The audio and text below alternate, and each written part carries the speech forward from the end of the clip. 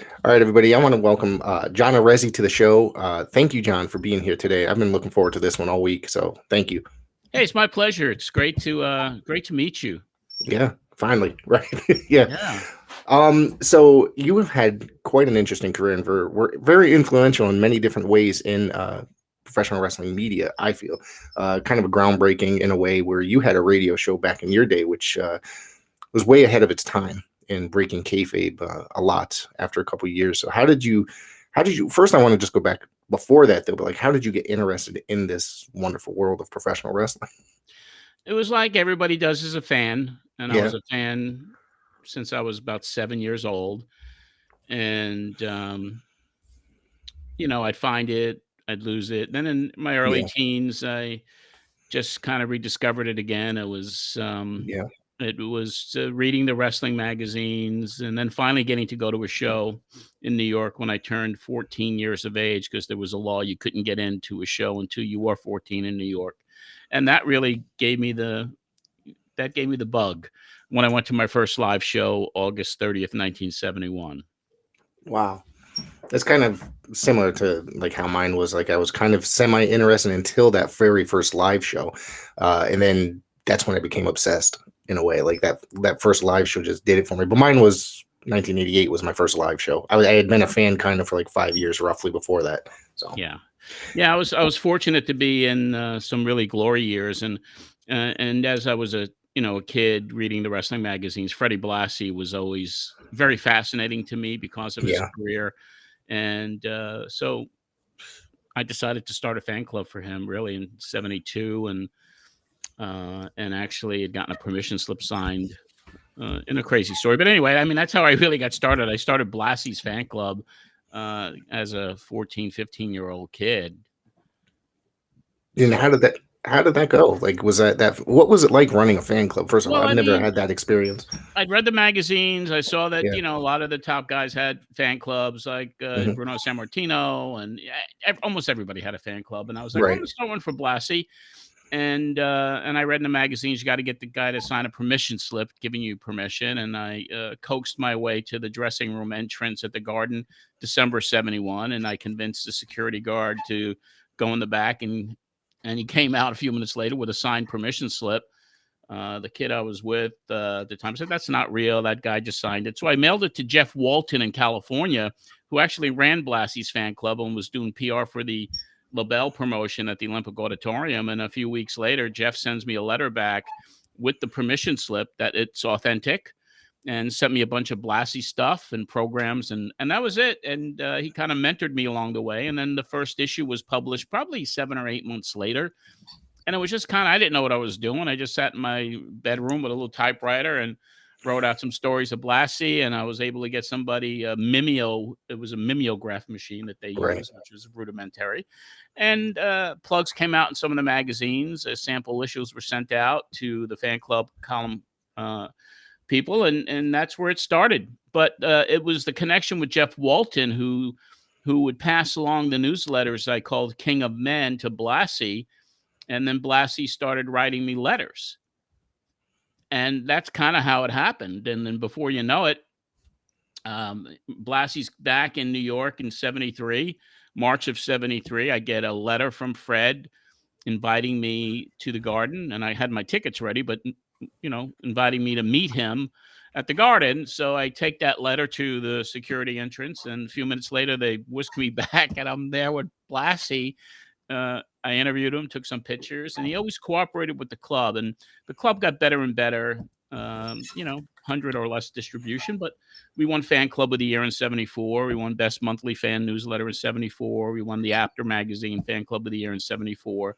So that's what kind of got my name out there. And then I started freelancing and writing stories for the wrestling magazines. Okay. What were some of the magazines at the time you wrote for that you were freelancing? I was a contributing editor for Ring Wrestling magazine. Okay. Apter used to buy a lot of photographs from me as well. There was a guy named Tommy Kay who published Big Book of Wrestling, an official wrestling guide, which were my first stories. And just about everybody. I mean, Yeah. Napolitano stuff. I mean, it was like George was not having his own magazines until almost I was getting out of the business. Yeah, I have a box full of magazines with my stories and pictures in them. That's amazing. I'm gonna have to look through some of my old ones. I got a ton of boxes of magazines. It's like my main Yeah. thing that I collect is magazines, and I love it. Yeah, So my first article was published on Freddie Blassie, hanging the tights up and managing Volkov, and that came out in fall of '74. And then after that, I'm kind of in all the magazines, right, and then it kind of like I've always had a pair of brass balls, I guess. Um, I coaxed my way into an elevator with Willie Gilzenberg, who I thought was the real head of the Worldwide Wrestling Federation, at the hotel in New York where their office was at. And I went into the elevator with him, and I knew that their offices were on the second floor, and I pushed the floor for 18. And so I gave him an elevator pitch, pitching my literally. And I was like, I write for these magazines, and he's just like, it made me miss my floor. And then we get back to his floor, and he says, come with me, and takes me in the office, and there's Grillo Monsoon and Arnold Skolin, and he was like, Arnie, give this kid a press pass. And that's how I got to be on Photographers Row at Madison Square Garden, and as a kid. And that really enhanced my photographic abilities, because I was right there shooting at ringside. it seemed a little bit looser then, I guess, or like for somebody to get a press pass, it seemed, you know, I mean, you just rode on the elevator with him, and then he said, "Give him a pass." You Well, know? I had my ammunition with me. You see, I Okay, had some articles, and I had right, this little right, press card that I got from Ring Wrestling Magazine, calling me a photographer. So anyway, I had my right, ammunition. right, right. So you also spent some time in the ring as well. Well, very short career, from what I understand. Yeah, one night career. Yeah. Yeah, I mean, I was in college, and I was doing the first version of the Pro Wrestling Spotlight radio show on the college station, and I was getting ready to graduate from college in a year or so, and I was kind of like, I just want to see what it's like to get in there. Hmm. I had no training, and I was close friends with the Grand Wizard, Ernie Yeah. Roth, and called him up, and I was like, I'd like to give it a shot in the ring, and he thought I was nuts, and so I coaxed him a little bit, and then he got he got me booked on January 10th, 1978, TV tapings in Philly, and I had been there, years backstage taking pictures, and then I show up with ring gear, and Gorilla Monsoon just kind of looks at me, and he goes, "Where have you worked?" I was like, "Well, down south," and that's all I said. And I didn't, of course. And Yeah. he goes, "Heel or baby?" And I was like, heel," So, Yeah. and then I was kind of afraid to get in the dressing room. And I was even like, I was standing outside the dressing room, and I asked Ernie, I said, "Can you find out who I'm working with? I don't even know." And I didn't know I was scheduled for 3 shows in the same day. But he came out and he whispered to me, "Dusty Rhodes," and I was like, oh, I got scared. That's when I got scared. I was like, this is real now. And then I get in the dressing room, and Sylvana Sousa, who's a job guy, enhancement guy, who knew me. A lot of guys knew me, and all of a sudden they start like, chit chattering to Monsoon and McMahon. It's Vince Jr.'s back there, and then they put Sousa in with me as in a handicap match against Dusty. Yep. Because I guess they were like, that's that photographer writer guy, and everything was still kayfabe, Yep. So I guess, and I didn't have a good outing. I didn't know what I was doing. I couldn't go with a body slam. I was really lucky to get out of there uninjured. Hit Dusty, a little hard in the corner, and he whispered he, needed to teach me a lesson, and started giving me some elbows that were kind of a little bit harder than I expected. And he sat on my head to pin me, and and then they put me in a second match with Joe Turco against Chief Peter Maivia and Chief Jay Strongbow. And in that match, I was told to stay outside the ring the entire time until the finish. And then I'd get a tag in, and then I'd just get thrown into the corner. Maivia headbutted me, 1, 2, 3, it was over.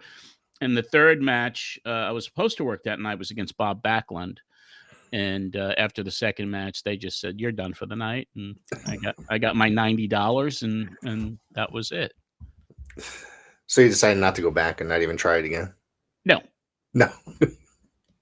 It was kind of cool for the kids at college because Yeah. everyone knew that I did it. And then I came back from Christmas break and, they had a big TV set up in the lobby of our dorm, and the whole freaking dorm shows up and, and sees me wrestle. So anyway, it was kind of like known as Mr. Wrestling in college, and it was fun. It was like, would I do it today? No, I think I was just kind of insane to even do it and try it. Right. I just had a bug up my ass that I wanted to see what it would be like. And I was able to do it. So I got the tapes today, so no harm done. And I got some really good photographs of it. And it's a little something you could put put a feather in your cap and say you did. And no one got hurt. Somebody sent me a clip the other day of you and Dusty in the ring. So that was the first time I'd seen it, actually. So, yeah. It wasn't that bad. It was okay. No, it wasn't that bad. So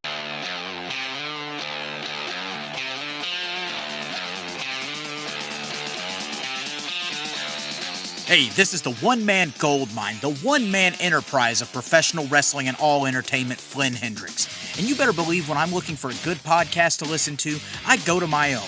I go to the I Know You Hear Me podcast hosted by me, Flynn Hendricks. That is such a fresh perspective for how you should look at life, too. I love that. And then when I'm feeling spooky, I go to my other podcast, Tales from the Haunt, where myself... I want my head shoved inside a 15-pound silicone mask. More. I want to have a bucket of sweat coming off me at the end of the night. And just Jeff. Dogs don't lay eggs, Flynn. I hate you so much. Talk to other scare actors about what it takes to get into the world of scare acting. So if you're curious about how people became professional wrestlers, actors, prioritized their mental health, became entrepreneurs, avoided burnout, or got into scare acting, you need to go check out I Know You Hear Me and Tales from the Haunt, available on all podcasting platforms. And I know you hear me. Wrestling fans, promoters, wrestlers, and anyone who enjoys pro wrestling now have something new to be excited about. The Wrestling Fans International Association, the WFIA, is back. WFIA is an association that exists to promote, grow, and support professional wrestling throughout the world. Membership is free.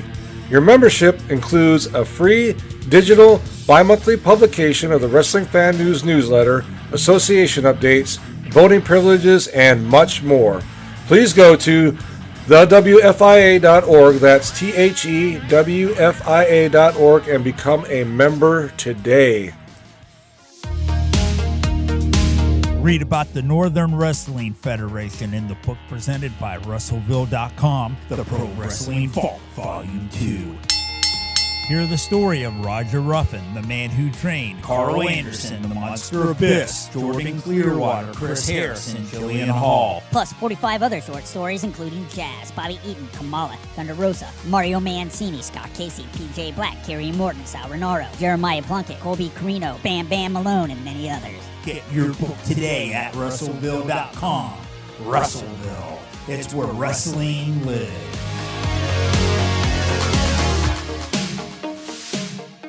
What was the initial version of the first version of the Pro Wrestling Spotlight? Like you said, college radio, and you wanted to try it out, or did you have radio aspirations as a college student? Yeah, I went to it was a communications. The first college I went to in Boston was Graham Junior College, and it was a radio and television school.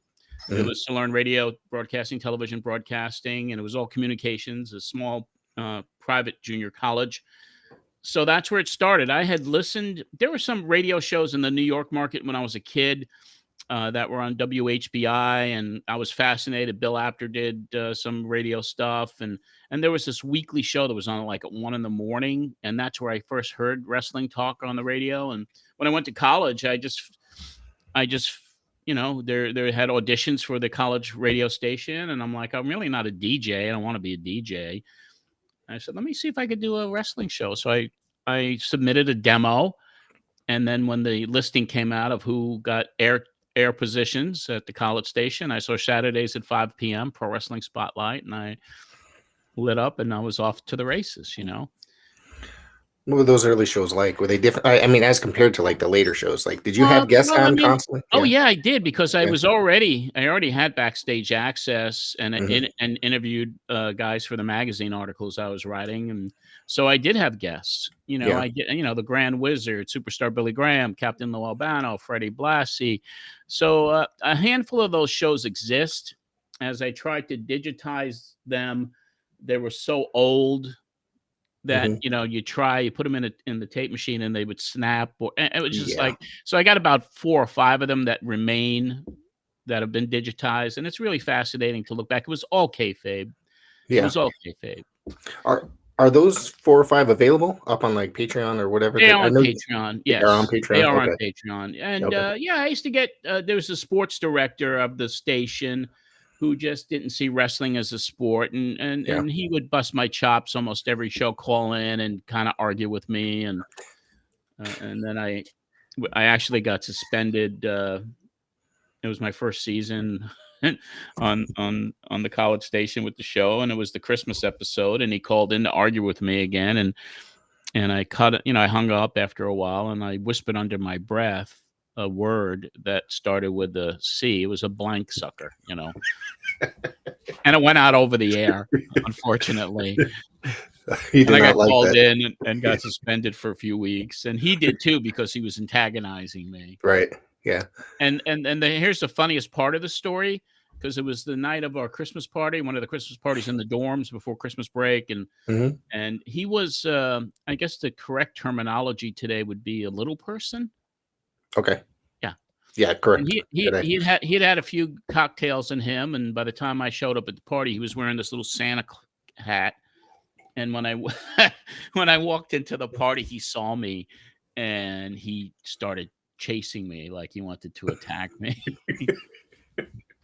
That sounds like And something I out was of a laughing. movie. I was laughing. It was like it could have been part of a a comedy movie for sure. And I don't know if he was carrying a hammer or he had something in his hand, like chasing me around. And I just laughed. But hey, we got suspended, and then we eventually made friends. Yeah. Yeah. And then of course in 1989 you guys started up again, and you guys was it 1989 that you Yeah, that's started when up the again? Yeah. show. Yeah, I graduated college. Yep. I got out of wrestling. I wanted to work for the New York Mets in the minor leagues. Then I got into music, and then I really didn't keep in touch with wrestling until I started watching in '84 when the Rock and Roll Connection started with Cyndi Right. Lauper and all that stuff. So I really got fascinated with it again. I actually started. I moved back to New York in '85, and because I'd been living in North Carolina, I've been traveling around a bit, music business, whatnot, baseball. And in 1985, I went with George Napolitano, and I. Actually, I was working for a local Long Island radio station, WNYG, Right. and I convinced the owners to give me a wrestling talk show called Pro Wrestling Spotlight, and we had one show that aired in October of 1985. Lou Albano was on that show, and Tully Blanchard, and George was my co-host. We were doing the show together. But there was a record out, the WWE The Wrestling album, and Yep. there was a track called Captain Lou's History of Music or something, and we were playing that on the show, and the owner of the station, who was about 80 years old, happened to be in the studio that day, and he heard it, and he just was like, "What's this on my station?" And we got thrown off the air after one show. And then, That's funny. and then a few years later, 4 years later almost, I went back to the station and I wanted to start a talk show, and I did, and that's where the show started up. And as a regular weekly show was April 9th, 1989 with Pro Wrestling Spotlight. Somebody now I'm going to ask you about a guy that was a semi-regular guest. Obviously, he had a tragic ending. But Mark Tendler was a frequent guest on your show at times. He was Yeah. actually on the first show. He was on, and he's the one that introduced me to Al Schaefer, Broadway Sonny Blaze. When I knew I was doing the radio show, I contacted Mark. I knew he was promoting a show. I saw some ads, and then he brought me down to his place, and I had met him.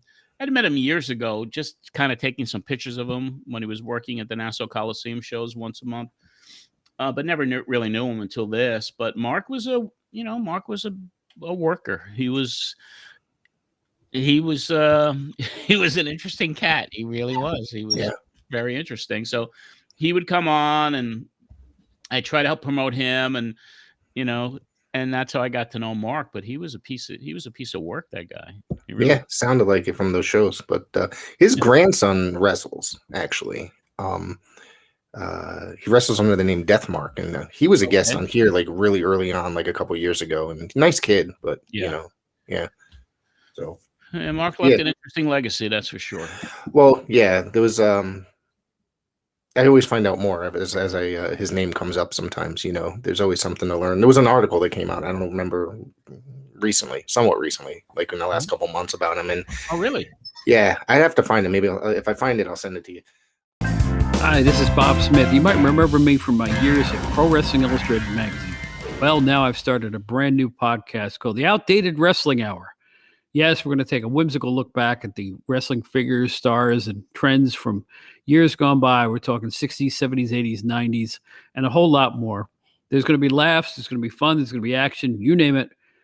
Please tune in for The Outdated Wrestling Hour wherever you get your podcast. Available on all streaming platforms. It's professional wrestling's greatest, largest, privately owned wrestling library. All the classic hits, flips, slams, and pins of yesteryear are on one place. It's Ultimate Classic Wrestling. Check out the Nature Boy Ric Flair, Hulk Hogan, Mr. USA Tony Atlas, Tito Santana, Rick Martel, a who's who of professional wrestling's greatest spotlight stars ever to grace the squared circle, all in one place. Grab the best seat in the house for memories and mayhem on Ultimate Classic Wrestling. Of course, Sonny Blaze was a regular on the show in the beginning, and of course the Power Twins. So they seem to be in character 24/7, and to this day. And it seems like they were off the charts, I guess. And from what I remember, and I think I heard on your podcast a while back, that they would just start showing up to the show, to the studio, and not even being asked, and kind of just come in and make themselves a part of the show. Mm-hmm. Yeah, that's pretty accurate. Yeah. What was it like working with those guys? Was that like stressful at the time, like because those guys were always in character? Yeah, because I didn't know them that well. Obviously, I met them just recently, and they were intimidating, and they were never. The thing with them is they were never out of character. Right. So every line was an insult, or every line, they really were never out of character. And Broadway, Sonny Blaze, Al, he'd show up too. But, Al, I enjoyed his company, and I'd welcome him to the studio. And then I invited him to come every week. But the twins were they showed up when they wanted. And it was quite intimidating sometimes. And things they used to say to the callers. Yeah. It's just crazy stuff. But, you get to know people, and I got to know them. And I knew that, this is who they are. They're not going to change. You learn to accept it. You learn to go with the flow. If not, then, you turn the page on them. But I found them very amusing after I got to know them very well. And they would always provide good radio because people hated them. And I think the hate was like legitimate from the fans. And they just pissed them off. And then I got to work with them and use them on some shows as I became a promoter later on. And our friendship, it remains to this day. I see them in Vegas when I go out there for the Cauliflower Alley reunion, and they're the only people I've ever met that in every single photograph that they're in, they have their middle finger up. Still, that's funny. The first time I ever saw them was in they worked for Herb Abrams on his television program. So I know Herb was. Did you work with Herb for the UWF? And I heard that there was some not so unpaid days, I guess. I mean, there was some paid, but mostly unpaid. I really was the catalyst for him in New York. He was first he formed the UWF, and he made the official announcement in the press conference at my first convention in 1990. That's when he brought Dan Spivey and B. Brian Blair, and they did an angle for Sports Channel in the conference room, which was unbeknownst to me. I didn't know that was going to go on, and they would start breaking things. Yeah. And that's the press conference where media was asking questions, and Herb was just saying some pretty interesting things. But and then he wanted to break the New York market, and I helped him. I helped market that first show at the Penta. I think we close to sold out that first show at the Penta, the very first one. And he'd come on my show. He'd bring all the UWF guys on my show, WGBB, but the work that was involved in this, trying to help him on that first run, and seeing what type of individual he was, although he was entertaining and he was, a little nutty, and he had a vision, but he was also out of his fucking mind. And he had, he had the problem with cocaine,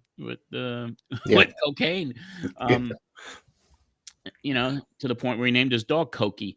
Oh my God. Wow. So I worked with him, and then, and after those first couple of shows, the checks didn't clear. And I just was like, this guy doesn't appreciate anything anyway. Yeah. But that was the end of that.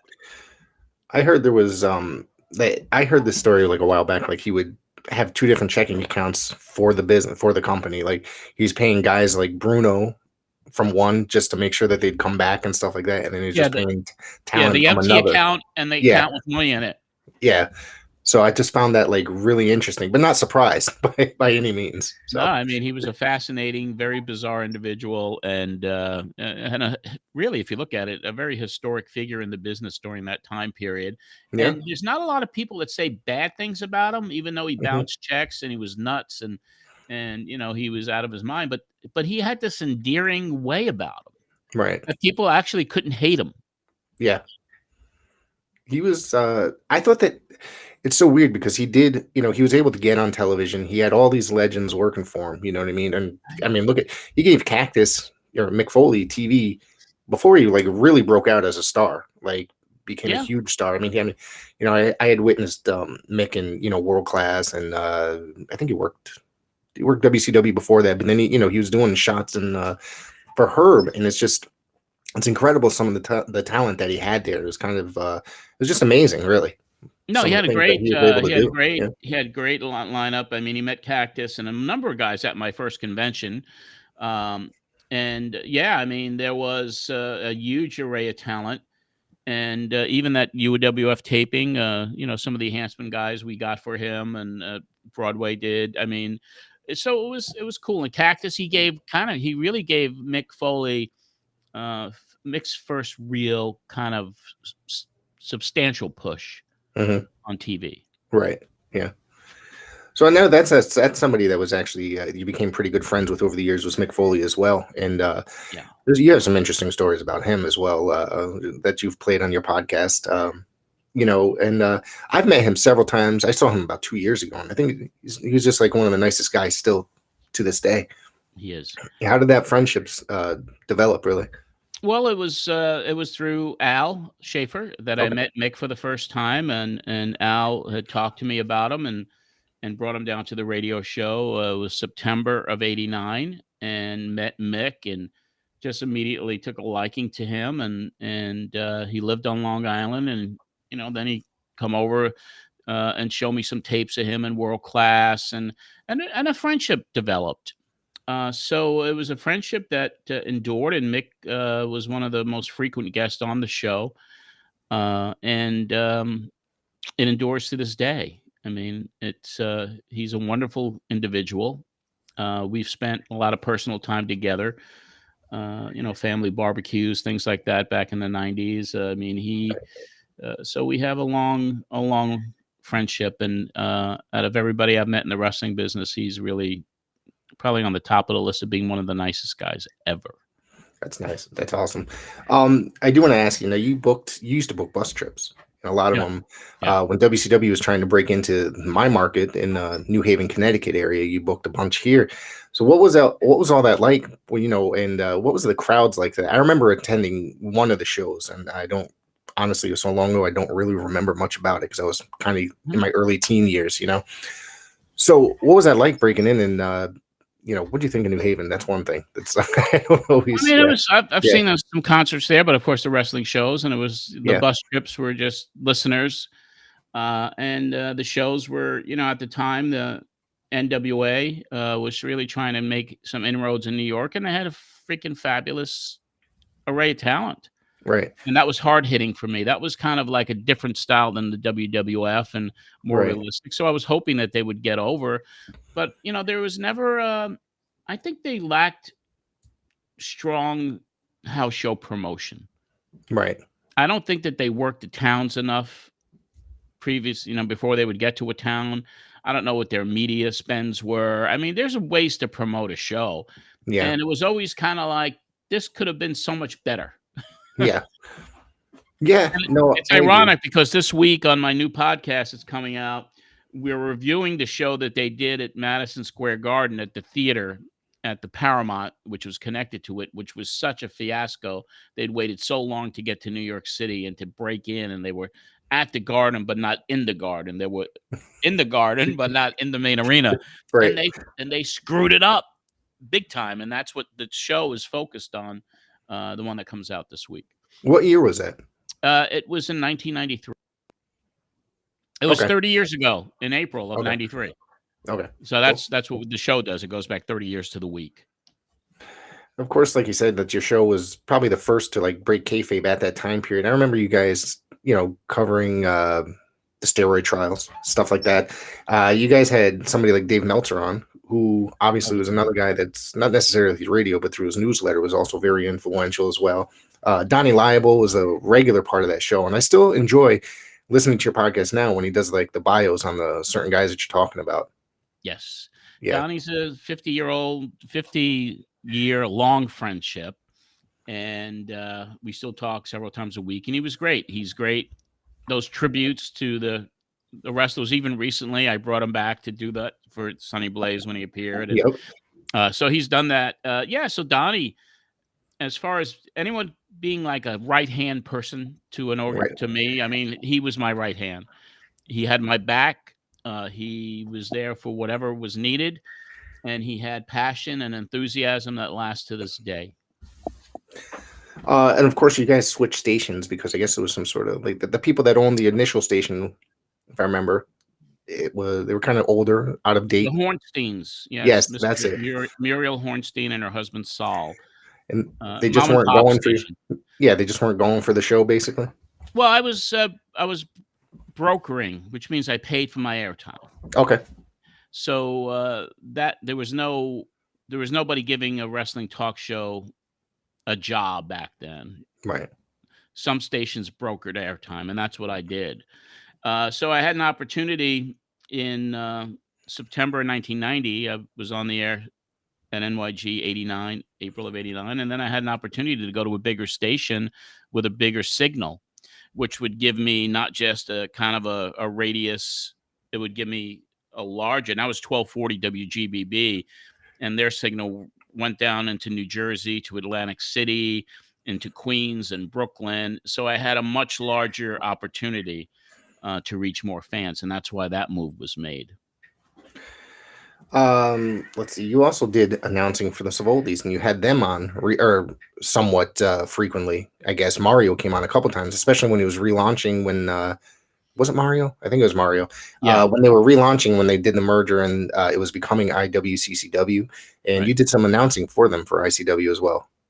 Yeah, I would go there and go to their TV and see whatever I can do to help. I was there, and I wanted to break into announcing more. I really had aspirations to try to do play-by-play or to do to be a ringside or backstage interviewer, and that was kind of the deal with him. I helped promote his shows and give him mentions on the air, bring him on, or bring on the guys that he had on top, like Tony Atlas and Vic Steamboat at the time. And yeah, so that's pretty much what it was. There was no money, there's never any money, but it was fun. Yeah, I just interviewed Mario last week, and it was very interesting. How's he doing? He's awesome. He's 80 years old. Yeah. Yeah, he was great, and that was an interview I wanted to get for a couple of years, and he just launched this new app for Roku and Fire Stick it's got all the stuff he owns is going up there. So it's really great because he owns a lot of rare footage from like companies like South Atlantic, and he owns Puerto Rican footage and all sorts of stuff. So it's really cool that a lot of this stuff is finally getting its due because, there's nowhere else to watch it really unless you find No, I mean Multi generations. Yeah. he's got a great archives, and it's funny because his dad Angelo Savoldi was one of the guys who was backstage at all the WWF shows. He had a piece of the business at the time, Yeah. and he would, for some reason, he never really, he'd throw me out of the locker room. I mean, there were just things that I was like, how do I get this guy to kind of like me? Yeah. And Mario at the time was refereeing. Yes. So I wrote a story on Mario and took pictures of him and Angelo together, and it appeared in Ring Magazine, and that kind of warmed him up to me once that article came out, and that's how I got to know Mario a little bit also. No, yeah, he was great. He had some great stories, and he told some great information. It was pretty awesome. But you got to do commentary with. You have memories of working with Tony Rumble or anything with Tony Rumble? Oh yeah, he was a great guy. Yeah, yeah, the Boston bad boy. I mean, Yeah. he was just such a thick Boston accent, and he was a very consummate heel, very insulting. He was having a New England version of the Power Twins in the way he would talk. But he, we became friends, and even had him at a couple of my conventions. And good guy, I miss him. yeah. He used to run shows here now where I live now, Wallingford, Connecticut. I'm sure do you know Wallingford, Oh yeah, Connecticut? absolutely. Yeah, Yes. yeah. Because there used to be. I think that when he ran the Century Wrestling Alliance, they started running here out of a car dealership, and that was like some of the first independent shows I started going to back in the day. So it's that was kind of my first exposure, like in real life outside of television, to independent wrestling. Those were always fun shows. I thought they were packed, and they had like an intense amount of talent. So A lot of Cousin Luke's and yeah. Well, I mean, Cousin Luke was also very good for working for like Tommy Jeanette's Northeast Championship Wrestling. He was on every single show. yes. Yeah. So those were fun times, Yeah. Yes, it was. Yeah. And let's see. Tell me about you were on Phil Donahue at one point as well. Yeah, that was during the sex scandal stuff. Yeah. Yeah. That was a very surreal day. Obviously, it was a media frenzy. It was a feeding frenzy that was going on, and it was just kind of this volatile time in the Donahue show. I look back at it today, and I'm not really happy with my appearance, the dark glasses, and it was a very bizarre, surreal day, Yeah. to put it lightly. Yeah. I remember that. I remember watching that, and then every now and again I'll go back on YouTube and watch it. It's pretty interesting to listen to some of the stories that came out of there, and at one time, and I don't know if this is going to be sensitive, but were you friends with Mel Philips at one point? Oh yeah. Yeah. Yeah, I mean, Mel was somebody I met. I met him in 1974 Mhm. at the Wrestling Fans International Association convention in Atlanta, Georgia. Mhm. And that's the year that I got the Fan Club of the Year and Best Monthly Bulletin voted by the WFIA. And Mel was voted Fan of the Year at that time. And that's where I met Mel. And then Mel would tell me that he was, working for the Athletic Commission in Pennsylvania, and he was doing this. And I kind of looked up to the guy. And as I got to know him in the 70s, there was, he was liked by a lot of people, but there were some quirks about him that I found rather strange. There's a lot to uncover there. I mean, in regards to just kind of you get a gut feeling about some things sometimes. Yep. And Mel would even come visit me when I was in college, when I started college there, and I had when he came up, and I had a girlfriend and all that, and he was kind of like, "Why are you hanging out with her?" So I mean, but it was just kind of weird. He did a lot of weird things, like there was a friend of mine at college that he, when he visited me, he'd go in the guy's room and start trying to wrestle him and put him in a leg lock or foot lock or whatever. I mean, he just had these bizarre ways about him. So when all this stuff started coming out, it really was kind of like, there you go. It added up. It added up pretty quickly. Right. During Ricky Steamboat's contract dispute, he was a guest on your show at some point. Yeah. So- that was kind of that was one of the catalysts. Yeah. That kind of turned it into this more serious show. Yeah. Because when you have a guy who just was a world champion come on and discuss why he left an organization over a contract dispute, that Mhm. was never talked about publicly Right. before. Right. And then when Meltzer reprinted it and wrote about it, and then all of a sudden it's everywhere, and then Jim Hurd wants to answer it, and he comes on my show.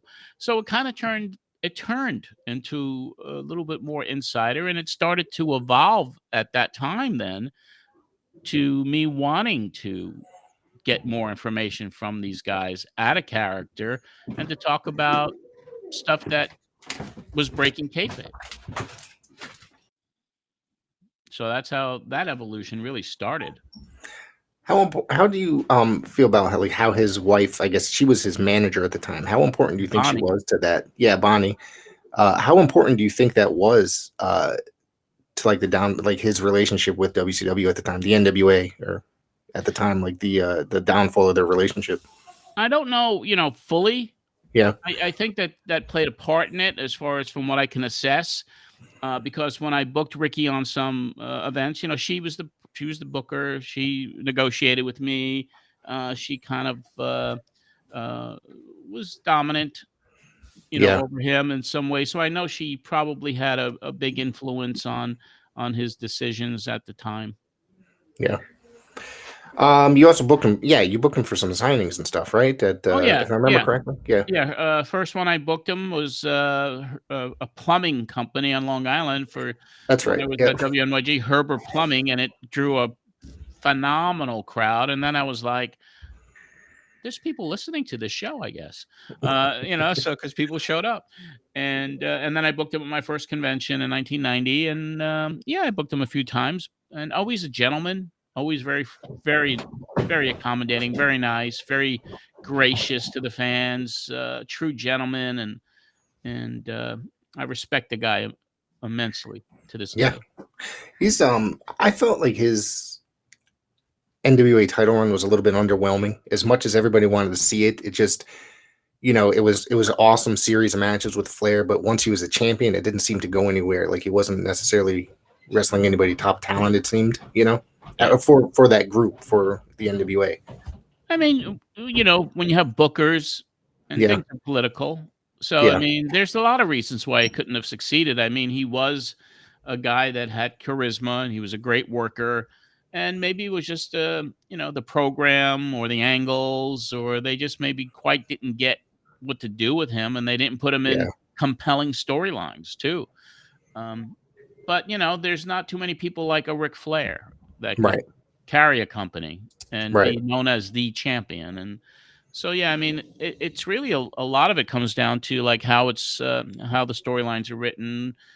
And with WCW at the time and NWA, I mean, shit changed it on the fly anyway. They would make a decision and next week change the whole direction. I mean, so yeah, They were changing rapidly at that time, going towards I think that was the Jim Herd era, right? And then they were just coming in and trying to bring in more childish gimmicks, not childish, but Yeah. they were well, trying yeah, to well, gear towards- idiotic, yeah. no, idiotic gimmicks like the ding dongs. Yeah, With all and the people- bells, a tag team with the bells all over them. You throw them into the ropes, and the bells start falling off. And Yeah, he and wanted then to, those- he wanted to do a hunchback gimmick. So a guy could never be pinned because he's a hunchback. I mean, this is what Jim Herd wanted to do. So it's Yeah. crazy. It was, in my eyes, it looked like he was trying to compete with the way WWF was doing, like the cartoonish type gimmicks, Yeah, but then in a poor his- man's way. they were so outlandish, like some of the ideas, like Yeah. even worse than.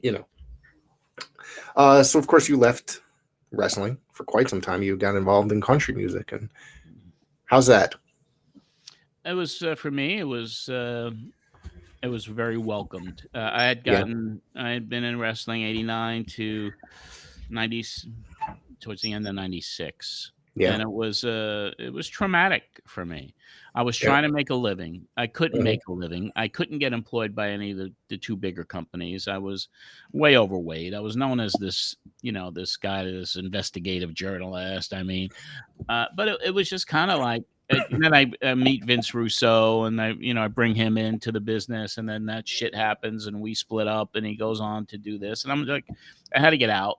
And I got out in November of 96 and went into ad sales for Long Island Country radio station, which segued into a position as the head of music marketing for New York City country radio station. And then I got the opportunity to move to Nashville in 2000 to open up the offices for a television network called Great American Country and run music marketing for them and then national account development.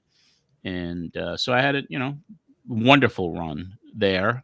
And then I went on to be a vice president for a record company in town. Discovered a kid named Kelsey Ballerini, who's one of the biggest artists today in that field, and had a good run in country. And you get older. Generations of artists kind of change. Like today, working. I really got out of the music business here in 2020 when the pandemic hit. I was doing an artist development company and crowdfunding for them. And I just discovered that the kids today that are going up have different values than the artists that I was familiar with back in the day, as they say. But it was a disconnect. There was a disconnect with the whole music business and the way they were. I mean, artists today, a lot of them, are more focused on taking a picture of what they're eating for lunch than going to a studio and write a song, So I aged out of that pure artist development. Everything is social media these days. Mm-hmm. It's just, and I do like some, older country and some, I guess the more alternative country acts of today. You know what I mean? Yeah. But it's traditional not country. Yeah, it's like you know who Jason Isbell is? Of course, yeah. Yeah, there's this great documentary I just watched last night on HBO Max, and it was phenomenal. And I was just like, man, I hadn't listened to him in a while. I was just like, man, this guy is such a great songwriter. He really is. Yeah, I mean, those artists from back then. I mean, I love even the traditional country. I mean, that's what I fell in love with because I discovered a girl named Patty Loveless who in 1981 in Shelby, North Carolina, and I quit my job with the Mets to manage her. I didn't get her record deal. Her brother did in 1985, but Patty was inducted into the country. Well, she will be inducted in October, but she got the official announcement that she has been inducted in the Country Music Hall of Fame. That announcement happened a few weeks ago, and that's awesome. She is amazing. So I kind of had my fingers in the help of several artists that kind of made it pretty big. Well, who else, if you don't mind me asking, besides that? Obviously, everybody knows who Patty Loveless is, but who else have you worked with? Well, I mean, at the network, I used to help put together marketing campaigns for artists that were just kind of breaking through. And one of the initiatives I worked on, this was 2006, was Taylor Swift. Okay. Great American Country was the first national TV network to put her on TV. When I was at GAC, Scott Borchetta, who was the head of the label, come in to have a meeting with us about a 16-year-old kid he had signed. And we had a very there, and we decided to put her in a series of vignettes called Shortcuts. And the sponsors that were brought in were Oscar Mayer and Dairy Queen. And so we kind of featured these little vignettes that would run, and people would think they're part of programming, but they were actually paid. So it would be like one vignette. She goes, "Hi, my name is Taylor Swift, and I'm 16 years old, and I want to be a country star." And then we'd have a little video of her recording in the studio, and she'd be wearing an Oscar Mayer T-shirt or, like product placement. Right. And we ran like 16 episodes of that with her. But yeah, she was one of them. But as far as me helping, there's an artist I managed for 4 years here named Sarah Darling. Mm-hmm. And Sarah was somebody that when I was the vice president of Black River Entertainment, I managed her. And she became somebody who played the Grand Ole Opry 80 times. We toured with just about everybody. She got a lot of airplay with a song called Home to Me, which hit number 34 on Billboard. And we also, when I executive produced her one of her first big music videos called "Something to Do with Your Hands," I booked AJ Styles to be her love interest in it. So I wanted Mick Foley, but she didn't want Mick. She was like, I can't see myself. Like, well, what about this kid here? He's just starting out. Oh, hey, I like him. Yeah. So, and that's out. It's gotten like, millions of views or whatever on YouTube. And it's kind of funny. It's called Something to Do Your Hands. And AJ played the part of somebody we call Mr. Handy. He was like a repairman, and she'd break all of the appliances in the house so she can call him to fix the stuff, and a relationship ensued.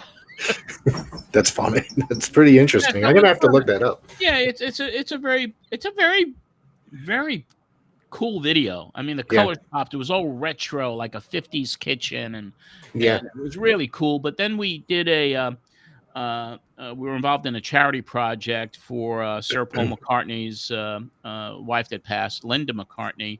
So a gentleman named David Ross came to town, and he was putting together an album. So I worked with him a little bit, and we got Sarah Darling to do a cover of the Beatles' Blackbird for the tribute album, and that went way up on the video charts. And we produced 3 different music videos of that. So I did a lot of creative stuff, and we got this close to having McCartney come to the ACM Awards and sing with her on it, but that didn't work out. But hey, listen, it's been a crazy life. I've done some really cool things in music, and now I'm doing wrestling again, and also I'm back in baseball, which is crazy. What are you doing for baseball now? This is how your life goes. Okay, 1981, I got hired.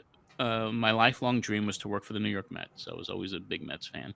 I went to the baseball winter meetings in 1980, got hired, and they put me in the minor leagues in 1981 in Shelby, North Carolina. And I did sales, marketing, announcing, and part of my deal was to house ball players. So I had roommates. One guy was named John Gibbons. And John was their number 1 draft pick, along with Darryl Strawberry. And so John and I shared a house. He eventually, made the team, and he was also a part player on the 86 Mets. And then John went on to have a very cool career with the Toronto Blue Jays, managing the Blue Jays for 10 years until 2018. Yep. We always stayed in touch. Yep. And when he left the Blue Jays, I was also helping his daughter here in Nashville because she was trying to break in, and I opened some doors for her. So we maintained a friendship. And when he got let go by the Blue Jays at the end of 2018, I kept in touch. And I always told him he should do a book. And he was like, who's going to want to read a book on me? I was like, you're beloved up there. And then finally in 2019, early 2020, whatever it was, I called him up, and because I had just gotten my book deal with a Toronto publisher. Right. And John agreed to write the forward in that book. And they said, can you, if John ever wanted to write a book, we'd love to sign him. So I called him up one day, and I was like, hey, Gibby, how you doing? What are you doing? He was like, I'm just sitting here planting trees in his yard. So I was like, what about this book thing? And then all of a sudden he was like, well, maybe yes. And then, within a week, I reached out to ECW Press, and on April the 4th of this year, the Gibby book is out, and it's on the bestseller list in Canada right now, on the bestseller list. And John and I started a podcast called The Gibby Show, which is the number 1 baseball podcast in Canada. I do it every Monday with him. So that's out there. It's called The Gibby Show, and every Monday, John gets the guest, and he gets the top names in the baseball industry to come on the show. I mean, we've had an incredible array of guests. Like this week for tomorrow's taping, we have Jordan Romano, who's a closer for the Blue Jays. And last week we had Kevin Kiermaier, their new center fielder. And a few weeks ago we had we had John Schneider, the manager of the Blue Jays, on the show.